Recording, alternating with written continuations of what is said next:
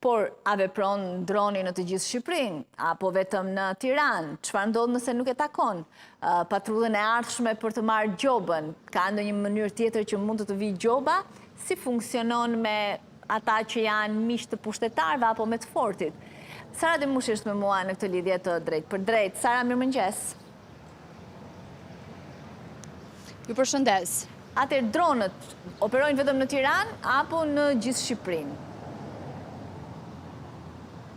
Dronët nuk janë vetëm në kryeqytet, por në të gjithë vendin ku fokus kryesor tashmë për shkak edhe të sezonit veror janë kryesisht akset nacionale, të cilat të lidhin me zonat bregdetare dhe zonat turistike. Por pavarësisht të mesazheve sensibilizuese dhe thirrjeve të vazhdueshme të policisë rrugore dhe të policisë së shtetit për drejtimin në mënyrë të duhur të mjeteve, vazhdojmë të kemi ende drejtues të papërgjegjshëm dhe të cilët nga ana tjetër thyejnë edhe rregullat e qarkullimit rrugor. Unë në fakt kam siguruar edhe disa statistika sa i përket javës së fundit në kryeqytet, ku në fakt ajo çfarë bie në sy Esmeralda konkretisht janë në shkelës të cilët në dalje apo në hyrje të autostradës të Unazës së Madhe konkretisht janë shkelësit më të mëdhenj të rregullave të qarkullimit. Vetëm gjatë javës së fundit në kryeqytet kanë marrë masa ndërshkuese 12.668 drejtues mjetësh,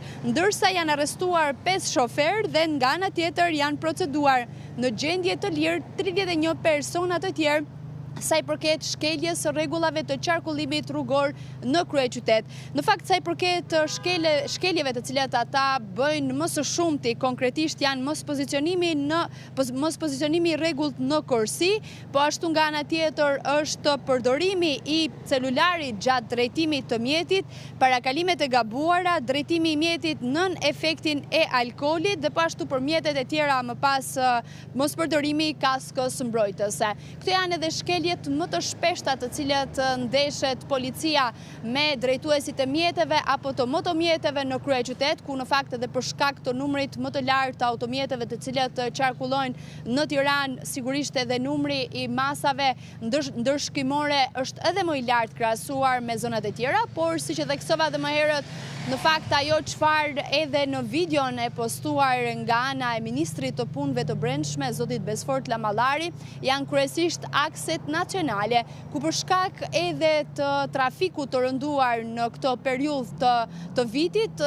janë konkretisht disa drejtues mjetësh të cilat të zgjedhin të thyejnë këto rregulla, duke u bërë kështu edhe shkak për aksidentet në zona të ndryshme të vendit. Tani, mos pozicionimi i rregullt është ky ku disa prej përdoruesve të mjeteve duan të hyjnë pa radhë, më shpejt. Kjo quhet mos pozicionimi dur i mjeteve, kryesisht kjo vihet re në Unazën e Madhe në hyrje daljet e saj. Saktësisht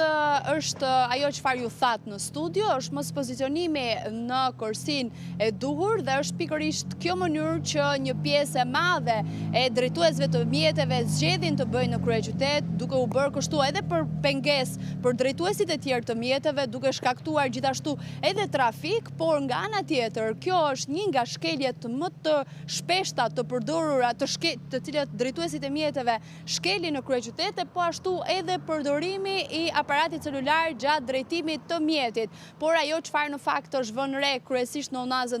Unazën e Madhe janë me 10 gjoba të vendosura përmes kamerave të cilat janë të pozicionuara në autostrad, konkretisht për të pasur nën monitorim të gjithë akset kryesore dhe lidhse me kryeqytetin dhe konkretisht është edhe zonat në cilat janë ku drejtuesit e mjeteve janë më pak përgjegjshëm dhe gjithnjë në tentativë për të